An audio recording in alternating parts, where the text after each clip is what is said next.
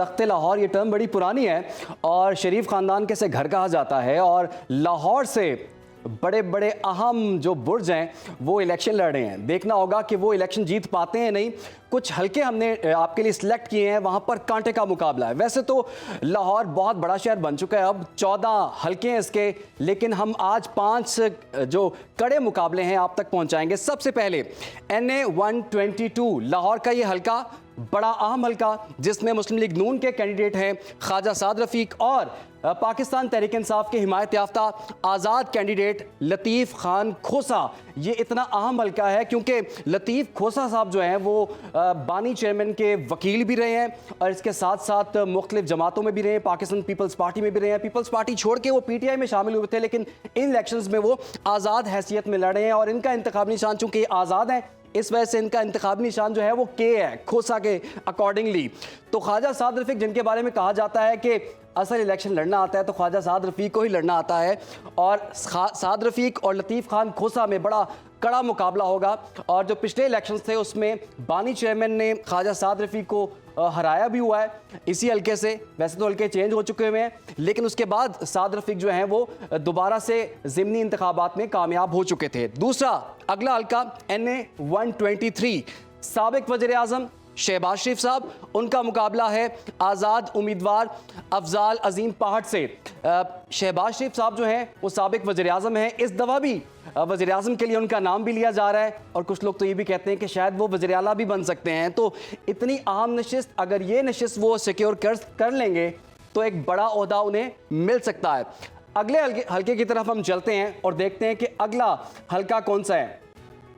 NA 127 अगर लाहौर में सबसे दिलचस्प हल्का हम कहें तो वो NA 127 है। इसमें मुस्लिम लीग नून के जो उम्मीदवार हैं अतात तारड़ और पाकिस्तान पीपल्स पार्टी के जो चेयरमैन हैं बिलावल भुट्टो जरदारी इस हल्के से इलेक्शन लड़े हैं। ये पहली मरतबा है कि बिलावल भुट्टो जरदारी ने लाहौर का इंतखाब किया है। कराची से वो इलेक्शन नहीं लड़े, लेकिन लाहौर का उन्होंने इंतखाब किया है और बड़ी ज़बरदस्त कैंपेन कर रहे हैं। पाकिस्तान पीपल्स पार्टी लाहौर में जो एक्टिविटी कर रही है तो वो इसी हल्के में हो रही है। बिलावल भुट्टो जरदारी अतात तारड़ के साथ इलेक्शन लड़े हैं और बिलावल बड़े पुर उम्मीद हैं कि अगर लेवल प्लेइंग फील्ड हमें दी जाए तो बिलावल जो हैं वो ये सीट निकाल सकते हैं। बहरहाल हम अगले हल्के की जानिब बढ़ेंगे और देखते हैं कि अगला कांटे का मुकाबला जो है वो कौन सा होने वाला है, क्योंकि अगले 2-3 जो हल्के हम आपको बता रहे हैं उसमें बड़ा ज़बरदस्त और कड़ा मुकाबला होने जा रहा है। NA 127 के बाद 128 ये वाहिद हल्का लाहौर में हम देख रहे हैं जिसमें इसके ख़ास बात भी हम आपको बताएंगे कि साबिक वज़ीर आज़म नवाज शरीफ का वोट जो है वो NA 128 में है, लेकिन वो अपना वोट जो है वो शेर को नहीं डाल सकेंगे। उसकी वजह यह है कि मुस्लिम लीग नून का कोई भी कैंडिडेट इस हल्के से इलेक्शन नहीं लड़ा। सीट एडजस्टमेंट हुई है IPP के साथ और ऑन चौधरी IPP के कैंडिडेट हैं, लेकिन इनको हिमायत हासिल है मुस्लिम लीग नून की भी। तो साबिक वज़ीर आज़म नवाज शरीफ अगर अपना वोट कास्ट करते हैं तो इस इलेक्शन में वो नून लीग को अपना वोट कास्ट नहीं कर सकते, शेर को वोट नहीं डाल सकता।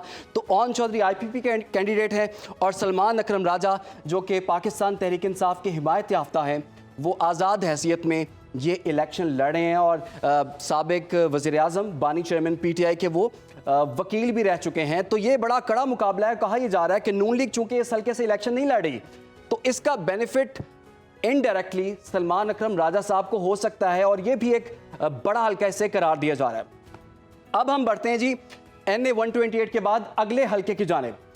NA 130 साबिक वज़ीर आज़म नवाज शरीफ इस हल्के से इलेक्शन लड़े हैं और उनके मद्दे मुकाबिल ये खातून डॉक्टर यास्मीन राशिद पहले भी नवाज शरीफ के खिलाफ ये इलेक्शन लड़ चुकी हैं और बड़े कम मार्जिन के साथ वो ये इलेक्शन हार चुकी हैं।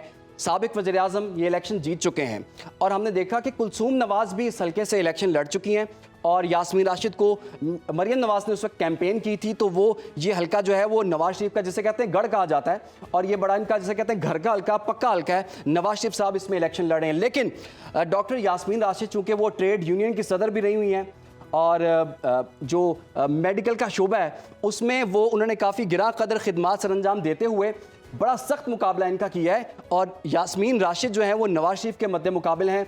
ऑल्दो वो इस वक्त ग्राउंड पे नहीं है, वो इस वक्त जेल में है, लेकिन इसके बावजूद उनकी जो रीच है वो एक आम वोटर तक है, क्योंकि उन्होंने बहुत ज़्यादा टाइम और बहुत अच्छा वक्त इस हलके को दिया है। नवाज शरीफ बमुकाबला डॉक्टर यास्मीन राशिद, जो सियासी पंडित हैं, वो ये भी कह रहे हैं कि ये हलका नवाज शरीफ के लिए टफ है और नवाज शरीफ चूंकि मानसेरा से भी इलेक्शन लड़ रहे हैं, लाहौर से इलेक्शन जीतना नवाज शरीफ के लिए बहुत ज़्यादा ज़रूरी है। तो ये जनाब वो हलके थे, ये 5 हलके हमने आपके सामने पेश किए हैं। इसमें लाहौर में सख्त मुकाबला इन 5 हलकों में देखना होगा कि कल कौन सा उम्मीदवार इन हलकों में से जीतता है। फिलहाल के लिए आपको लिए चलते हैं एक मरतबा फिर से ज़िशान और जन्नत की जानिब, जो कि बताएंगे कि और मजीद कौन से हलके हैं और कल क्या होने वाला है।